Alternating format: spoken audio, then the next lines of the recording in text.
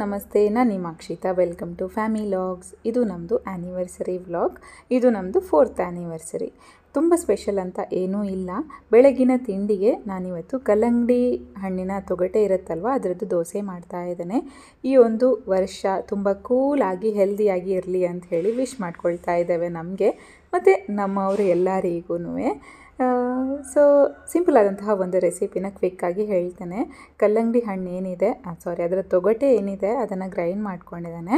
ಅದಕ್ಕೆ ಸ್ವಲ್ಪ ತೆಂಗಿನಕಾಯಿ ತುರಿಯನ್ನು ಹಾಕ್ಕೊಳ್ತಾ ಇದ್ದಾನೆ.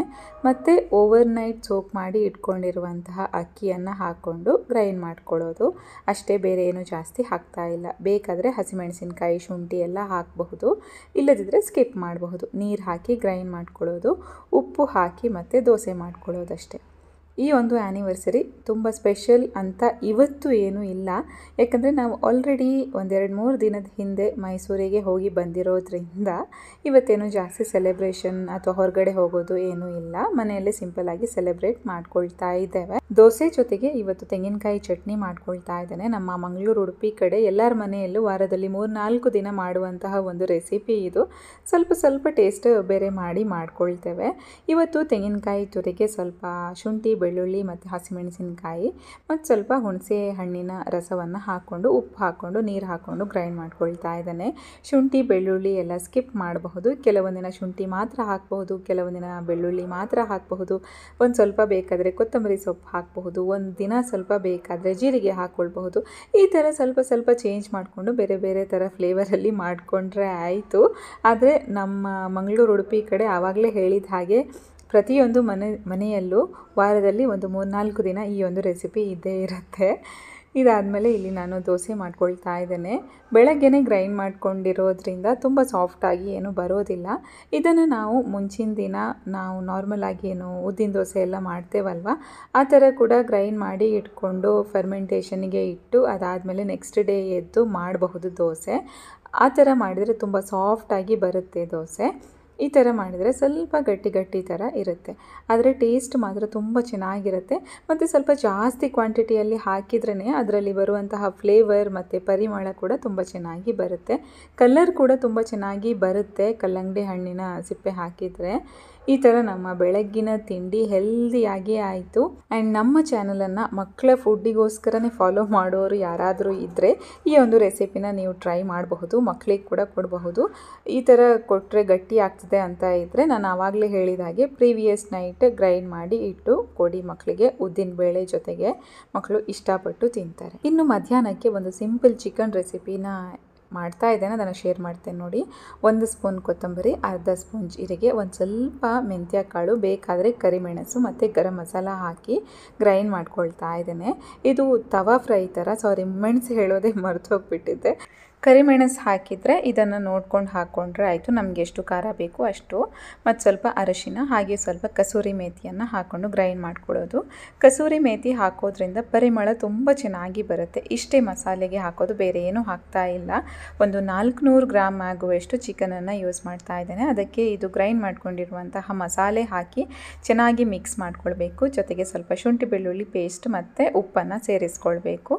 ಇದನ್ನು ಚೆನ್ನಾಗಿ ಮಿಕ್ಸ್ ಮಾಡಿ ಒಂದು 3/4 ಗಂಟೆಯಾದರೂ ಮ್ಯಾರಿನೇಟ್ ಮಾಡಿ ಇಡಬೇಕು. ಆವಾಗ ಚೆನ್ನಾಗಿ ಹೀರ್ಕೊಳ್ಳುತ್ತೆ ಚಿಕನ್. ಮತ್ತೇನೆಂದರೆ ಜಾಸ್ತಿ ನೀರು ಹಾಕೋದಿಲ್ಲ ನೋಡಿ, ಹಾಗಾಗಿ ಡ್ರೈ ಆಗಿರುತ್ತೆ. ನಿಮಗೆ ಬೇಕು ಅಂತ ಅನಿಸಿದರೆ ಬೇಕಾದರೆ ನೀರು ಹಾಕಬಹುದು, ಇಲ್ಲದಿದ್ದರೆ ಹಾಗೆ ಇಡಬಹುದು, ಚೆನ್ನಾಗೇ ಬರುತ್ತೆ. ಇವಾಗ ನಾನು ಬಿರಿಯಾನಿ ಮಾಡ್ತಾ ಇದ್ದೇನೆ. ನಾನು ಆಲ್ರೆಡಿ ನಮ್ಮ ಚಾನಲಲ್ಲಿ ಬಿರಿಯಾನಿ ರೆಸಿಪಿ ಶೇರ್ ಮಾಡಿರೋದ್ರಿಂದ ಮತ್ತೆ ಇವತ್ತೇನು ಶೇರ್ ಮಾಡ್ತಾ ಇಲ್ಲ. ಬಿರಿಯಾನಿ ಮಾಡುವಾಗ ಕೂಡ ನಾನೇ ಮಸಾಲೆ ಮನೆಯಲ್ಲೇ ತಯಾರು ಮಾಡ್ಕೊಳ್ತೇನೆ. ಹೊರಗಡೆಯಿಂದ ನಾವು ತಂದು ಮಸಾಲೆ ಎಲ್ಲ ಯೂಸ್ ಮಾಡೋದು ತುಂಬ ಕಡಿಮೆ, ಇಲ್ಲವೇ ಅಂತ ಹೇಳಬೇಕು ಈ ಬಿರಿಯಾನಿಗೆಲ್ಲ. ಸೊ ಮನೆಯಲ್ಲೇ ತಯಾರು ಮಾಡಿ ಬಿರಿಯಾನಿ ಕೂಡ ಮಾಡ್ಕೊಳ್ತಾ ಇದ್ದಾನೆ. ಈರುಳ್ಳಿಯನ್ನು ನಾವು ಚೆನ್ನಾಗಿ ಫ್ರೈ ಮಾಡಬೇಕು, ಅದೊಂದು ಒಳ್ಳೆಯ ಟಿಪ್. ಬಿರಿಯಾನಿಗೆ ಒಳ್ಳೆಯ ಟೇಸ್ಟ್ ಬರಬೇಕು ಅಂದರೆ ಈರುಳ್ಳಿಯಲ್ಲಿರುವಂತಹ ಒಂದು ಫ್ಲೇವರ್ ಏನಿದೆ ಅದೇ ಬಿರಿಯಾನಿಗೆ ಇನ್ನೂ ಜಾಸ್ತಿ ಟೇಸ್ಟ್ ಕೊಡುತ್ತೆ. ಮತ್ತು ರೈಸನ್ನು ಕುಕ್ ಮಾಡಿ ಹಾಕಿ ಒಂದು ಸ್ವಲ್ಪ ಹೊತ್ತು ದಮ್ಗೆ ಇಡೋದಷ್ಟೇ. ಬಿರಿಯಾನಿ ನಿಜವಾಗಿಯೂ ಏನಂದರೆ ಸಿಂಪಲಾಗಿ ಆಗುತ್ತೆ ಮತ್ತು ಟೇಸ್ಟಿಯಾಗಿ ಕೂಡ ಇರುತ್ತೆ. ಜಾಸ್ತಿ ಬೇರೆ ಐಟಮ್ ಕೂಡ ಬೇಕು ಅಂತ ಇಲ್ಲ ಅಂತ ಹೇಳಬೇಕು. ಚಿಕನಲ್ಲಿ ನಾವು ಬಿರಿಯಾನಿ ಒಂದು ಮಾಡಿದರೆ ಈ ಆನಿಯನ್ ಕೂಡ ಚೆನ್ನಾಗಿ ಫ್ರೈ ಮಾಡಿ ಸ್ವಲ್ಪ ತೆಗೆದಿಟ್ಕೊಂಡಿದ್ದೆ. ಅದನ್ನು ಅದರ ಮೇಲೆ ಹಾಕಿದರೆ ತುಂಬ ಚೆನ್ನಾಗಿರುವಂತಹ ಒಂದು ಲುಕ್ ಕೂಡ ಬರುತ್ತೆ. ಇವಾಗ ನಾನು ತವಾ ಫ್ರೈ ಏನು ಹೇಳಿದೆ ಆವಾಗಲೇ ಅದನ್ನು ಮಾಡ್ಕೊಳ್ತಾ ಇದ್ದೇನೆ. ಇದು ಸಿಂಪಲ್ ಆದಂತಹ ಒಂದು ರೆಸಿಪಿ, ಯಾರು ಬೇಕಾದರೂ ಈಸಿಯಾಗಿ ಮನೆಯಲ್ಲಿ ಮಾಡ್ಕೊಳ್ಬಹುದು. ಎಣ್ಣೆ ಆದಷ್ಟು ಕಡಿಮೆ ಯೂಸ್ ಮಾಡೋದು ಒಳ್ಳೆಯದಲ್ವ. ಸೊ ಸ್ವಲ್ಪ ಎಣ್ಣೆಯಲ್ಲೇ ಈ ಒಂದು ರೆಸಿಪಿನ ನಾವು ಫಿನಿಷ್ ಮಾಡ್ಕೊಳ್ಬಹುದು. ನೋಡಿ, ನಾನು ಸ್ವಲ್ಪ ಎಣ್ಣೆ ಹಾಕಿ ಆ ತವಗೆ ಕಂಪ್ಲೀಟಾಗಿ ಹೊಂದ್ಕೊಳ್ಳುವ ಹಾಗೆ ನೋಡ್ಕೊಂಡಿದ್ದೇನೆ. ಇವಾಗ ಈ ಚಿಕನನ್ನು ಹಾಕ್ಕೊಳ್ತಾ ಇದ್ದೇನೆ. ಸ್ವಲ್ಪ ಲೋ ಟು ಮೀಡಿಯಮ್ ಫ್ಲೇಮಲ್ಲಿ ಇಟ್ಕೊಂಡ್ರೆ ಒಳ್ಳೆಯದು. ಚಿಕನ್ ಹಾಕುವಾಗ ಸ್ವಲ್ಪ ಬೇಕಾದರೆ ಹೈ ಫ್ಲೇಮಲ್ಲಿ ಇಟ್ಕೊಳ್ಬೇಕು. ಅದಾದಮೇಲೆ ಲೋ ಟು ಮೀಡಿಯಮ್ ಫ್ಲೇಮಲ್ಲಿ ಇಟ್ಟು ಸುಮಾರು ಹೊತ್ತು ಕುಕ್ ಮಾಡ್ಕೊಳ್ಬೇಕು. ಜಾಸ್ತಿ ಎಣ್ಣೆ ಕೂಡ ಹಾಕ್ಕೊಂಡಿಲ್ಲ ಅಲ್ವಾ, ಹಾಗಾಗಿ ಜಾಸ್ತಿ ಟೈಮ್ ಬೇಕಾಗುತ್ತೆ ಕುಕ್ ಆಗೋದಕ್ಕೆ. ಬಟ್ ಲೋ ಟು ಮೀಡಿಯಮ್ ಫ್ಲೇಮಲ್ಲಿ ಇಟ್ಕೊಂಡು ಒಂದು 5-10 ನಿಮಿಷಕ್ಕೊಮ್ಮೆ ತಿರುಗಿಸಿ ಹಾಕ್ಕೊಂಡ್ರೆ ಆರಾಮಾಗಿ ಕುಕ್ ಆಗುತ್ತೆ. ಮತ್ತು ನಾವು ಮ್ಯಾರಿನೇಟ್ ಮಾಡಿ ಸುಮಾರು ಹೊತ್ತು ಇಡೋದ್ರಿಂದ ಚಿಕನ್ ಸಾಫ್ಟಾಗಿ ಬರುತ್ತೆ.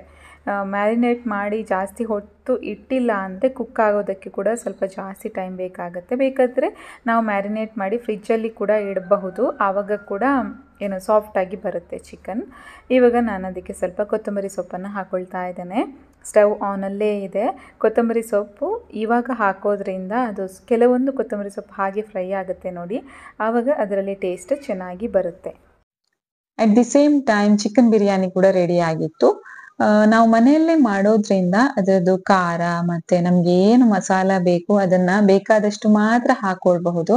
ಹೊರಗಡೆಯಿಂದ ತಂದದ್ದು ಅಥವಾ ಹೊರಗಡೆ ಹೋಗಿ ತಿಂದದ್ದು ಅದರಲ್ಲಿ ಮಸಾಲೆ ಎಲ್ಲ ತುಂಬಾ ಜಾಸ್ತಿ ಇರೋದ್ರಿಂದ ನಮ್ಗೆ ಅಷ್ಟೊಂದು ಕಂಫರ್ಟೇಬಲ್ ಅಂತ ಅನ್ಸೋದಿಲ್ಲ. ತಿನ್ನುವಾಗ ಖುಷಿ ಆಗತ್ತೆ, ಅದಾದ್ಮೇಲೆ ನಮ್ಗೆ ಕೆಲವೊಂದ್ಸಲ ಪ್ರಾಬ್ಲಮ್ಸ್ ಎಲ್ಲ ಆಗತ್ತಲ್ವಾ. ಸೊ ಇಂತಹ ಸ್ಪೆಷಲ್ ದಿನ ನಾವು ಮನೆಯಲ್ಲಿಯೇ ಏನಾದ್ರೂ ನಮ್ಮಿಂದ ಸಾಧ್ಯ ಆಗುವಷ್ಟು ಚೆನ್ನಾಗಿ ಕುಕ್ ಮಾಡಿ ತಿಂದ್ರೆ ಅದ್ರಲ್ಲಿರುವಂತಹ ಒಂದು ಖುಷಿನೇ ಬೇರೆ. ಇವತ್ತು ನಮ್ಮ ಮನೆಯಲ್ಲಿ ತುಂಬಾ ಸಿಂಪಲ್ ಆಗಿ ಒಂದು ಊಟ ಅಂತ ಹೇಳ್ಬಹುದು. ಚಿಕನ್ ಬಿರಿಯಾನಿ ಮತ್ತೆ ಸ್ವಲ್ಪ ರೈತ, ಹಾಗೆ ಈ ಒಂದು ತವಾ ಫ್ರೈ ಅಷ್ಟೇ, ಬೇರೆ ಏನು ಮಾಡ್ಲಿಲ್ಲ. ಈ 3 ರೆಸಿಪಿ ಮಧ್ಯಾಹ್ನದ್ದು ಊಟಕ್ಕೆ. ಆದ್ರೆ ಇದ್ರಲ್ಲಿ ಇರುವಂತಹ ಖುಷಿನೇ ಒಂದು ಬೇರೆ ತರ ಇರುತ್ತೆ. ನಾವೇ ಮನೆಯಲ್ಲಿ ಮಾಡಿದ್ದು, ಎಲ್ಲ ಮಸಾಲೆ ನಾವೇ ಪ್ರಿಪೇರ್ ಮಾಡಿದ್ದು, ಮತ್ತೆ ಟೇಸ್ಟ್ ಕೂಡ ತುಂಬಾ ಚೆನ್ನಾಗಿ ಬಂದಿದೆ. ಅಂಡ್ ತಿಂದಾದ್ಮೇಲೆ ಮನೆಯಲ್ಲಿ ಕೂಡ ಎಲ್ಲಾರು ತುಂಬಾ ಚೆನ್ನಾಗಿ ಇದೆ ಅಂತ ಹೇಳುವಾಗ ಒಂದು ಸಿಗುವಂತಹ ಖುಷಿ ಇದೆ ಅಲ್ವಾ, ಆ ಒಂದು ಖುಷಿ ಬೇರೆ ಯಾವ್ದ್ರಲ್ಲೂ ನಮ್ಗೆ ಸಿಗೋದಿಲ್ಲ. ಸೊ ಆ ತರ ಇತ್ತು ಇವತ್ತು ನಮ್ಮ ಮಧ್ಯಾಹ್ನದ ಊಟ. ತುಂಬಾನೇ ಚೆನ್ನಾಗಿತ್ತು. ಆರುಷ್ ಕೂಡ ಈ ಚಿಕನ್ ಬಿರಿಯಾನಿ ತಿಂದ. ನಾನು ಏನ್ ಮಾಡ್ತೇನಂದ್ರೆ ಮೇಲ್ಗಡೆ ಅಷ್ಟೊಂದು ಮಸಾಲೆ ಹಾಕೋದಿಲ್ಲ. ಸೊ ಸ್ವಲ್ಪ ಮೇಲ್ಗಡೆ ಇರುವಂತಹ ವೈಟ್ ರೈಸ್ ಏನಿದೆ ಅದನ್ನ ಸಪರೇಟ್ ಆಗಿ ಇಟ್ಟು ಸ್ವಲ್ಪ ಮಸಾಲೆ ರೈಸ್ ಏನಿದೆ ಅದನ್ನ ತಗೊಂಡು ಮಿಕ್ಸ್ ಮಾಡಿ ಕೊಡಬಹುದು ಮಕ್ಕಳಿಗೆಲ್ಲ ಕೊಡೋದಾದ್ರೆ. ಮೊದ್ಲೆಲ್ಲ ನಾನು ಅವನಿಗೆ ಈ ತರ ಚಿಕನ್ ಬಿರಿಯಾನಿ ಮಾಡುವಾಗ ಸಪರೇಟ್ ಆಗಿ ಅವನಿಗೋಸ್ಕರ ಅಂತ ಹೇಳಿ ಸ್ವಲ್ಪ ಮಾಡಿ ಕೊಡ್ತಿದ್ದೆ. ಆದ್ರೆ ಇವಾಗ ದೊಡ್ಡವನಾಗಿದ್ದಾನೆ, ನಮ್ಗೆ ಮಾಡುವಂತಹ ಫುಡ್ ಅನ್ನ ಅವನು ತಿಂತಾನೆ.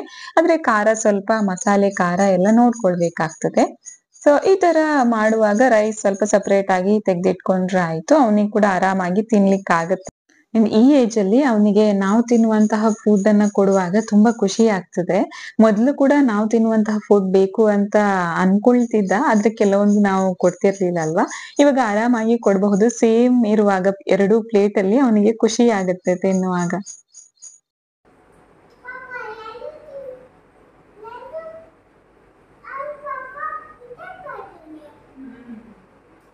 ಮಧ್ಯಾಹ್ನದ್ದು ಊಟ ಆದ್ಮೇಲೆ ಆರುಷ್ನ ಸ್ವಲ್ಪ ಮಲಗಿಸ್ಲಿಕ್ಕೆ ಅಂತ ಹೋಗಿದ್ದೆ. ಎದ್ದು ಬರುವಾಗ ನಮ್ಮ ಪಪ್ಪ ಸ್ವೀಟ್ ಮಾಡೋದಕ್ಕೆ ರೆಡಿ ಮಾಡಿದ್ದಾರೆ. ಆಲ್ರೆಡಿ ಮಾಡ್ತಾ ಇದ್ರು sweet. So complete recipe capture ಮಾಡ್ತಾ ಇಲ್ಲ. ಇದು ಗೋಧಿ ಹಿಟ್ಟಿನಿಂದ ಮಾಡುವಂತಹ ಕೇಕ್ ಅಂತ ಕೂಡ ಹೇಳ್ಬಹುದು ಅಥವಾ ಹಲ್ವಾ ಅಂತ ಕೂಡ ಹೇಳ್ಬಹುದು. ಇದವರು ಗೋಧಿ ಹಿಟ್ಟನ್ನ ಫ್ರೈ ಮಾಡಿ ಅದಕ್ಕೆ ನೀರ್ ಹಾಕಿ ಕಲ್ಸ್ಕೊಳ್ತಾ ಇದ್ದಾರೆ. ಇಷ್ಟು ಆಲ್ರೆಡಿ ಶುರು ಆಗಿತ್ತು. ಸೊ ಕಂಪ್ಲೀಟ್ ರೆಸಿಪಿ ಇಲ್ಲ, ಆದ್ರೆ ತುಂಬಾ ಟೇಸ್ಟಿಯಾಗಿ ಬಂದಿತ್ತು. ನಮ್ಗೆ ಏನಾದ್ರೂ ಸ್ಪೆಷಲ್ ಡೇ ಅಂತ ಇರುವಾಗ ನಾವೇ ನಮ್ಗೆ ಮಾಡ್ಕೊಳ್ಳೋದ್ರಲ್ಲಿ ಖುಷಿ ಇರುತ್ತೆ. ನಮ್ಗೋಸ್ಕರ ಇನ್ನೊಬ್ರು ಏನಾದ್ರೂ ಸ್ಪೆಷಲ್ ಮಾಡಿ ಕೊಡುವಾಗ ಇನ್ನಷ್ಟು ಖುಷಿ ಇರುತ್ತಲ್ವಾ. ಸೊ ಅದೇ ತರ ಇವತ್ತು ನಮ್ಮ ಆನಿವರ್ಸರಿ, ಆದ್ರೆ ಪಾಪ ಇಷ್ಟೊಂದು ಕಷ್ಟಪಟ್ಟು ಮಾಡ್ತಾ ಇದ್ದಾರೆ. ಮೈಸೂರಿಗೆ ಹೋಗಿ ಬಂದ್ಮೇಲೆ 2-3 ದಿನ ಅವರಿಗೆ ಸುಸ್ತು ಹಾಗೆ ಇತ್ತು. ಇವತ್ತು ಮೇ ಬಿ ಸ್ವಲ್ಪ ಕಂಫರ್ಟೇಬಲ್ ಅಂತ ಫೀಲ್ ಆಗ್ತಿದೆ ಅನ್ಸುತ್ತೆ. ಸೊ ಇದನ್ನ ಮಾಡಿ ಕೊಟ್ರು ನಮ್ಗೆ. ತುಂಬಾನೇ ಖುಷಿ ಆಯ್ತು. ನಮ್ಗೋಸ್ಕರ ನಮ್ಮ ಸ್ಪೆಷಲ್ ದಿನ ನಮ್ಮ ಪಪ್ಪ ನಮ್ಗೆ ಈ ಒಂದು ಸ್ವೀಟ್ ಮಾಡಿದಕ್ಕೆ. ಸ್ವೀಟ್ ಇವತ್ತು ಬೆಳಗ್ಗೆಯಿಂದ ಏನು ಮಾಡಿರ್ಲಿಲ್ಲ, ಸೊ ಇದು ಕೂಡ ಇಲ್ಲಿಗೆ ಕಂಪ್ಲೀಟ್ ಆಯ್ತು. ನಮ್ ಜೊತೆ ಪೇರೆಂಟ್ಸ್ ಅಥವಾ ಇನ್ ಲಾಸ್ ಇದ್ರೆ ಇದೊಂದು ಪ್ಲಸ್ ಪಾಯಿಂಟ್. ಆನಿವರ್ಸರಿ ಡೇ ಆಗಿರಬಹುದು ಅಥವಾ ಬರ್ತ್ಡೇ ದಿನ ಅಥವಾ ಯಾವುದೇ ಒಂದು ಸ್ಪೆಷಲ್ ದಿನ ನಮಗೋಸ್ಕರ ಏನಾದ್ರೂ ಒಂದು ಸ್ಪೆಷಲ್ ತಿಂಡಿ ಅಥವಾ ಏನಾದ್ರೂ ಒಂದು ಸ್ಪೆಷಲ್ ಆಗಿ ಮಾಡ್ತಾರಲ್ವಾ. ಅಂಡ್ ಈ ತರ ಏನಾದ್ರೂ ಸರ್ಪ್ರೈಸ್ ಇದ್ರೆ ಇನ್ನು ಖುಷಿ ಆಗುತ್ತೆ. ಸೊ ನಾವ್ ಅದ್ರಲ್ಲಿ ಲಕ್ಕಿ ಅಂತ ಹೇಳ್ಬೇಕು. ನಮ್ ಜೊತೆ ಪಪ್ಪ ಇರ್ತಾರೆ. ಅಂಡ್ ನಾವು ಊರಲ್ಲಿರುವಾಗ ನಮ್ಮ ಅತ್ತೆ ಕೂಡ ಈ ತರನೇ ಏನಾದ್ರೂ ಒಂದು ಸ್ಪೆಷಲ್ ಮಾಡಿ ಕೊಡ್ತಾ ಇದ್ರು ಆನಿವರ್ಸರಿ ದಿನ ಅಥವಾ ಬರ್ಡೇ ದಿನ. ನಾವು ಊರಿಗೆ ಹೋದಾಗ ಕೂಡ ಹಾಗೆ ಯಾವ್ದಾದ್ರು ಒಂದು ದಿನ ಅವ್ರೇನಾದ್ರೂ ಒಂದು ಸ್ಪೆಷಲ್, ತುಂಬಾ ಸ್ಪೆಷಲ್ ಆಗಿ ಏನಾದ್ರೂ ಕುಕ್ ಮಾಡಿ ಕೊಡ್ತಾರೆ. ಸೊ ಅದ್ರಲ್ಲಿರುವಂತಹ ಖುಷಿ ಇನ್ನಷ್ಟು ಚೆನ್ನಾಗಿರುತ್ತಂತ ಹೇಳ್ಬಹುದು. ಇನ್ನು ನೈಟ್ ನಾವು ಕೇಕ್ ಕಟ್ಟಿಂಗ್ ಮಾಡ್ತಾ ಇದ್ದೇವೆ. ಈ ಒಂದು ಲೈಟ್ ಹಾಕಿ ಹೇಗ್ ಕಾಣ್ತಂತ ನೋಡುವ ಅಂತ ಹೇಳಿ ಇವರನ್ನಿಬ್ರನ್ನ ಇಲ್ಲಿ ಕುತ್ಕೊಳ್ಳಿಕ್ಕೆ ಹೇಳಿದ್ದೆ. ಮತ್ತೆ ಏನಂದ್ರೆ ನಮ್ಮ ಆರುಷ್ನನ್ನ ಅಲ್ಲಿ ಆರಾಮಾಗಿ ಕುತ್ಕೊಳ್ಳಿಸಿದ್ರೆ ನಮ್ಗೆ ಕೆಲ್ಸವನ್ನ ಆರಾಮಾಗಿ ಮಾಡ್ಕೊಳ್ಬಹುದು. ಇಲ್ಲದಿದ್ರೆ ತುಂಬಾ ಡಿಸ್ಟರ್ಬ್ ಮಾಡ್ತಾ ಇರ್ತಾನೆ. ಈ ಒಂದು ಬ್ಯಾಕ್ ಗ್ರೌಂಡ್ ಅಲ್ಲಿ ನಾನೇನ್ ಲೈಟ್ ಹಾಕಿದ್ದೇನೆ ಅದಕ್ಕೆ 3 ವರ್ಷ ಆಯ್ತು. ನಾನು ಫಸ್ಟ್ ಆನಿವರ್ಸರಿಗೆ ಡೆಕೋರೇಷನ್ ಮಾಡ್ಲಿಕ್ಕೆ ಅಂತ ಹೇಳಿ ಅದನ್ನ ತಗೊಂಡದ್ದು. ಅದಾದ್ಮೇಲೆ ಇದು 4th ಆನಿವರ್ಸರಿ ಅಲ್ವಾ, ಸೊ ಇದು 3rd ಇಯರ್. ಅದಕ್ಕೆ ತುಂಬಾ ಫಂಕ್ಷನ್ಗೆ ಯೂಸ್ ಆಗಿದೆ. ನಾವು ಊರಲ್ಲಿರುವಾಗ ಕೂಡ ಹಾಗೆ ಎಲ್ಲಾರ್ದು ಬರ್ಡೇಗೆ ಅಥವಾ ಏನಾದ್ರೂ ಸೆಲೆಬ್ರೇಷನ್ ಟೈಮಿಗೆಲ್ಲ ಇದನ್ನ ಯೂಸ್ ಮಾಡ್ತಾ ಇದ್ವಿ. ಅಂಡ್ ಆ ಮೂನ್ ಲೈಟ್ಗೆ 3 ವರ್ಷ ಜಾಸ್ತಿ ಆಯ್ತು. ಆಫ್ಟರ್ ಮ್ಯಾರೇಜೇ ತಗೊಂಡದ್ದು. ಆದ್ರೆ ಅದು ಕೂಡ ತುಂಬಾ ಚೆನ್ನಾಗಿ ಬಂದಿದೆ. ಅದನ್ನ 1000 ಸಲ ನಮ್ಮ ಆರುಷ್ ಕೆಳಗಡೆ ಹಾಕಿದಾನೆ, ಆದ್ರೂ ಚೆನ್ನಾಗಿದೆ. ಸೆಲೆಬ್ರೇಷನ್ ಮಾಡುವಾಗ ಇರುವಂತಹ ಒಂದು ಖುಷಿ ಅವನು ಕೂಡ ಎಂಜಾಯ್ ಮಾಡ್ಲಿ ಅಂತ ಹೇಳಿ ಕೇಕ್ ಕಟಿಂಗ್ ಮಾಡ್ತಾ ಇದ್ದೇವೆ. ಮತ್ತೇನಂದ್ರೆ ನಾನು ಇವ್ರನ್ನ ಅಲ್ಲಿ ನೀಟಾಗಿ ಕುತ್ಕೊಳ್ಳಿ ಹೇಗ್ ಕಾಣ್ತದಂತ ನೋಡುವ ಅಂತ ಹೇಳಿ ಕುತ್ಕೊಳ್ಳಿಕ್ ಹೇಳಿದ್ದು. ಆದ್ರೆ ಇವ್ರದಿಬ್ಬರದು ಇದೇ ತರ ಇರುತ್ತೆ. ಧೀರಜಿತ್ ಆಫೀಸ್ ಆದ್ಮೇಲೆ ಒಂದ್ ಕ್ಷಣದಲ್ಲಿ ಶುರುವಾಗುತ್ತೆ ಈ ತರ. ಅದು ಅವನಿಗೊಂದು 5-6 months ಆದಾಗ ಶುರುವಾಗಿದೆ ಅನ್ಸುತ್ತೆ. ಅಲ್ಲಿವರೆಗೆ ಅವನಿಗೇನು ಅಷ್ಟೊಂದು ಡಿಫ್ರೆನ್ಸ್ ಗೊತ್ತಾಗ್ತಿರ್ಲಿಲ್ಲ. ಆದ್ರೆ ಒಂದು 8-9 months ಆದ್ಮೇಲೆ ತುಂಬಾ ಗೊತ್ತಾಗ್ತಿತ್ತು ಧೀರಜಿತ್ ಆಫೀಸ್ ಕೆಲ್ಸ ಆಗಿದೆ, ಇನ್ನು ಫ್ರೀ ಆಗಿರ್ತಾರೆ ಅಂತ ಹೇಳಿ. ಆ ಟೈಮಿಂದ ಇಲ್ಲಿವರೆಗೆ ಸೇಮ್ ಫೀಲಿಂಗ್ ಅವಂದು, ಅದೇ ತರ ಇರ್ತಾನೆ. 2 ಲೈಟ್ ಇಟ್ಟದ್ದಷ್ಟೇ ಡೆಕೋರೇಷನ್ ಆಯ್ತು ನಮ್ದು. ಕೇಕ್ ಕಟ್ಟಿಂಗ್ ಮಾಡ್ಬೇಕಾ ಬೇಡ್ವಾ ಅಂತ ಹೇಳಿ ಯೋಚನೆ ಮಾಡ್ತಿದ್ವಿ. ಆದ್ರೆ ನಮ್ಗೆ ಏನು ಮಾಡಿದ್ರು ಆಯ್ತು ಮಾಡದಿದ್ರು ಆಯ್ತು ಅನ್ನೋ ಹಾಗಿದೆ. ಆದ್ರೆ ಆರುಷ್ಗೆ ಗೊತ್ತಾಗುತ್ತಲ್ವಾ ಈ ಏಜ್ ಅಲ್ಲೆಲ್ಲ ಸೆಲೆಬ್ರೇಷನ್ ಅಥವಾ ಏನೋ ಒಂದು ಸ್ಪೆಷಲ್ ಡೇ ಅದೆಲ್ಲ ಅವರಿಗೆ ಕೂಡ ಅಟ್ಯಾಚ್ಮೆಂಟ್, ಇಮೋಷನ್ಸ್ ಎಲ್ಲ ಇನ್ನು ಗೊತ್ತಾಗೋದಕ್ಕೆ ಶುರುವಾಗುತ್ತೆ. ಅದನ್ನ ಕೇಕ್ ಕಟ್ಟಿಂಗ್ ಅಲ್ಲೇ ತೋರಿಸ್ಕೊಡ್ಬೇಕಂತ ಹೇಳ್ತಾ ಇಲ್ಲ. ಆದ್ರೆ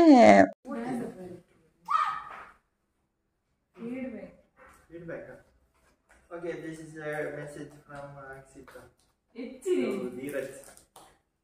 You are the wonderful husband I have ever seen. Thank you so much for being in my life. Finally Aarush wait ಮಾಡಿದಂತಹ ಟೈಮ್ ಬಂದಿದೆ. ಕೇಕ್ ಕಟ್ಟಿಂಗ್ ಅಂತ ಹೇಳಿ ಸುಮಾರು ಹೊತ್ತಿಂದ ಹೇಳ್ತಾನೆ ಇದ್ದ. ಇವಾಗ ಅದು ನೋಡ್ತಾ ಇದ್ದಾನೆ ಕಣ್ಣಲ್ಲಿ. ಅವಾಗ್ಲೇ ಕೇಕ್ ಡೆಲಿವರಿ ಆಗಿತ್ತು, ಆದ್ರೆ ಅದು ಇದು ಕೆಲ್ಸ ಅಂತ ಹೇಳಿ ತುಂಬಾ ಲೇಟ್ ಆಯ್ತು. ಧೀರಜಿಗ್ ಕೂಡ ಇವತ್ತು ಆಫೀಸ್ ಇತ್ತು, ಹಾಗಾಗಿ ಆನ್ ಟೈಮ್ ಮಾಡೋದಕ್ಕಾಗಿರ್ಲಿಲ್ಲ.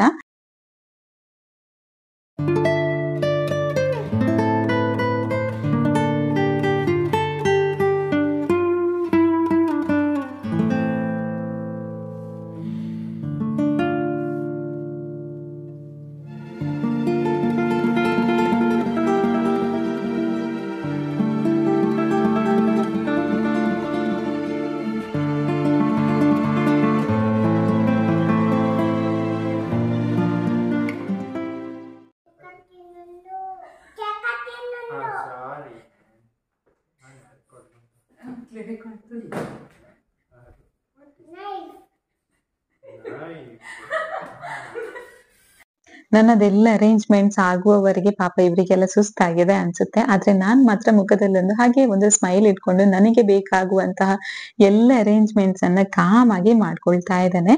ಇಲ್ಲಿ ನಾನು ಆಕ್ಚುಲಿ ಕೇಕ್ ಇದ್ದು ಫೋಟೋ ಅಂಡ್ ಸಣ್ಣದೇನಾದ್ರೂ ಒಂದು ಕ್ಲಿಪ್ ತಗೊಳ್ಳೋದು ಮರ್ತೋಗ್ಬಿದ್ದೆ. ಅದಕ್ಕೋಸ್ಕರ ಮತ್ತೆ ಬಂದು ತಗೊಂಡೆ. ಅಂಡ್ ಕ್ಯಾಮರಾ ಅವಾಗ್ಲೇ ಇಟ್ಟಿದ್ದೆ, ಆನ್ ಮಾಡಿದನೋ ಆಫ್ ಇದೆಯೋ ಅಂತ ಹೇಳಿ ಗೊತ್ತಿರ್ಲಿಲ್ಲ. ಸೊ ಅದನ್ನೊಂದು ನೋಡೋದಕ್ಕೆ ಹೋದೆ. ಎಲ್ಲ ಆಗಿ ಫೈನಲ್ ಆಗಿ ಕುತ್ಕೊಂಡು ಕೇಕ್ ಕಟಿಂಗ್ ಮಾಡ್ತಾ ಇದ್ದಾವೆ. ಎಲ್ಲ ಕಂಟೆಂಟ್ ಕ್ರಿಯೇಟರ್ಸ್ ಇದ್ದು ಪ್ರಾಬ್ಲಮ್ಸ್ ಇದೇ ಇರುತ್ತೆ. ಏನಂದ್ರೆ ನಮ್ಗೆ ಕ್ಯಾಮರಾ ಆನ್ ಇದೆಯೋ ಆಫ್ ಇದೆಯೋ ಅಂತ ಹೇಳಿ ಮರ್ತೋಗುತ್ತೆ. ಮತ್ತೆ ನಾವು ಏನೋ ಒಂದು ಕ್ಲಿಪ್ ತಗೊಳ್ಬೇಕಿತ್ತು, ಅದನ್ನ ಮಿಸ್ ಮಾಡಿದ್ವಿ ಅಂತ ಅನ್ಕೊಳ್ತೇವೆ. ಕುಕಿಂಗ್ ಏನಾದ್ರೂ ವಿಡಿಯೋಸ್ ಮಾಡ್ತೇವೆ, ಮಿಡ್ಲ್ ಅಲ್ಲಿ ಕ್ಯಾಮರಾ ಆಫ್ ಆಗಿರುತ್ತೆ, ನಮ್ಗೆ ಗೊತ್ತೇ ಇರೋದಿಲ್ಲ, ನಮ್ಮ ಕುಕಿಂಗ್ ಹಾಗೆ ನಡೀತಾ ಇರುತ್ತೆ. ಸೊ ಈ ತರ ಸುಮಾರಷ್ಟು ಪ್ರಾಬ್ಲಮ್ಸ್ ಇರುತ್ತೆ. ಕಂಟೆಂಟ್ ಕ್ರಿಯೇಟರ್ಸ್ ಕೆಲವೊಂದು ಶಾರ್ಟ್ಸ್ ಕೂಡ ಮಾಡ್ತಾರಲ್ವಾ ಫನ್ನಿಯಾಗಿ, ಅದನ್ನ ನೋಡಿದ್ರೆ ತುಂಬಾ ಜನರಿಗೆ ಗೊತ್ತಿರ್ಬೋದು ಅದ್ ಹೇಗಿರುತ್ತೆ ಸ್ಟ್ರಗಲ್ ಅಂತ ಹೇಳಿ. ನಾವಿಲ್ಲಿ ಸೆಲೆಬ್ರೇಷನ್ ಮಾಡುವಾಗ ನಮ್ಮ ಸೆಲೆಬ್ರೇಷನ್ ಅನ್ನ ನಿಮ್ ಜೊತೆ ಕೂಡ ಶೇರ್ ಮಾಡ್ಬೇಕಲ್ವಾ. ಸೊ ಇಷ್ಟಾದ್ರೂ ನಾನು ಮಾಡ್ಲೇಬೇಕಾಗ್ತದೆ. ಅದಕ್ಕೋಸ್ಕರ ಕೇಕ್ ಕಟ್ಟಿಂಗ್ ಆದ್ಮೇಲೆ ನಮ್ಮ ಆರುಷ್ ನಮ್ಗೆ ಕೇಕ್ ತಿನ್ಸು ಅಂತ ಹೇಳಿದ್ರೆ ಅವನೇ ಸಾವಿರಾರು ಸಲ ಅವನೇ ತಿಂತಾ ಇದ್ದ. ಆಕ್ಚುಲಿ 1.5 ವರ್ಷದವರೆಗೆ ಅವನು ಕೇಕ್ ಟಚ್ಚೇ ಮಾಡ್ತಿರ್ಲಿಲ್ಲ. 1 ವರ್ಷದ ಬರ್ಡೇಗೆ ಕೂಡ ಅವ್ನು ಕೇಕ್ ತಿಂದಿರ್ಲಿಲ್ಲ. 1.5 ವರ್ಷಕ್ಕೆ ಅವನಿಗೆ ಒಂದು ಕೇಕ್ ಕಟ್ ಮಾಡಿದ್ವಿ. ಆವಾಗ ಕೂಡ ಅಷ್ಟೇ ಟೇಸ್ಟೇ ಮಾಡೋದಕ್ಕೆ ಅವ್ನು ತಯಾರಿರ್ಲಿಲ್ಲ. ಇವಾಗ 2 ವರ್ಷದ ಬರ್ಡೇ ಆದ್ಮೇಲೆ ಅವನಿಗೆ ಇದ್ರದ್ದು ಟೇಸ್ಟ್ ಗೊತ್ತಾಗಿದೆ. 2 ವರ್ಷದ ಬರ್ಡೇಗೆ ಅವ್ನು ಫಸ್ಟ್ ಟೈಮ್ ಲೈಫ್ ಅಲ್ಲಿ ಕೇಕ್ ಅನ್ನ ತಿಂದದ್ದು, ಮತ್ತೆ ಚಾಕ್ಲೇಟ್ ತಿಂದಿದ್ದ ಫಸ್ಟ್ ಟೈಮ್. ಅದೇ ಫಸ್ಟ್ ಟೈಮ್ ಲಾಸ್ಟ್, ಅದಾದ್ಮೇಲೆ ಯಾವತ್ತೂ ಕೊಡ್ಲಿಲ್ಲ. ಮತ್ತೆ ಐಸ್ ಕ್ರೀಮ್ ಕೂಡ ಟೇಸ್ಟ್ ಮಾಡಿದ್ದ. ಸೊ ಇದೆಲ್ಲ ಟೇಸ್ಟ್ ಮಾಡಿ ಒಂದೇ ದಿನ ಟೇಸ್ಟ್ ಮಾಡಿ ಅವನಿಗೆ ಪಾಪ ಸ್ಟಮಕ್ ಅಪ್ಸೆಟ್ ಕೂಡ ಆಗಿತ್ತು 2 ವರ್ಷದ ಬರ್ಡೇ ಆದ್ಮೇಲೆ. ಸೊ ಇದೆಲ್ಲ ಇರುತ್ತೆ ಅಲ್ವಾ. ಇದೇನಾಗುತ್ತೆ, ಮಕ್ಳಿಗೆ ಒಮ್ಮೆ ಟೇಸ್ಟ್ ಗೊತ್ತಾದ್ರೆ ಮತ್ತೆ ಗೊತ್ತಿರುತ್ತೆ ಏನ್ ಟೇಸ್ಟ್ ಹೇಗಿರುತ್ತೆ, ಯಾವ್ದು ಚೆನ್ನಾಗಿರುತ್ತೆ ಯಾವ್ದು ಹೇಗಿರುತ್ತೆ ಎಲ್ಲ ಗೊತ್ತಿರತ್ತಲ್ವಾ. ಸೊ ಅದಾದ್ಮೇಲೆ ಇಂತಹ ಒಂದು ಪ್ರಾಬ್ಲಮ್ಸ್ ಬಂದೇ ಬರುತ್ತೆ. ಆದ್ರೆ ನಾವೇನು ಅವನಿಗೆ ಕೊಡ್ಲಿಲ್ಲ. ಅಂಡ್ ಹೊರಗಡೆ ಕರ್ಕೊಂಡು ಹೋದಾಗ ಕೂಡ ಅವನು ಎಲ್ಲಿಯಾದ್ರೂ ಐಸ್ ಕ್ರೀಮ್ ನೋಡಿ ಅಥವಾ ಕೇಕ್ ನೋಡಿ ಚಾಕ್ಲೇಟ್ ನೋಡಿ ಅಳೋದಿಲ್ಲ. ನನ್ಗೆ ಬೇಕು ಬೇಕು ಬೇಕು ಅಂತ ಹೇಳಿ ಏನು ಅಳೋದು ಕೂಡ ಇಲ್ಲ. ಅದೊಂದು ನಮ್ಗೆ ತುಂಬಾನೇ ದೊಡ್ಡದೊಂದು ಪ್ಲಸ್ ಪಾಯಿಂಟ್ ನಮ್ ಲೈಫ್ ಅಲ್ಲಿ ಅಂತ ಹೇಳಬೇಕು. ಇಷ್ಟೇ ಈ ಒಂದು ವ್ಲಾಗ್ ಅನ್ನ ನಾನು ಇಲ್ಲಿಗೆ ಎಂಡ್ ಮಾಡ್ತಾ ಇದ್ದೇನೆ. ನಮ್ಮ ಆನಿವರ್ಸರಿ ಸೆಲೆಬ್ರೇಷನ್ ಹೀಗಿತ್ತು. ಇಷ್ಟ ಆದ್ರೆ ಲೈಕ್ ಮಾಡಿ, ಸಬ್ಸ್ಕ್ರೈಬ್ ಮಾಡ್ಕೊಳ್ಳಿ. Thank you.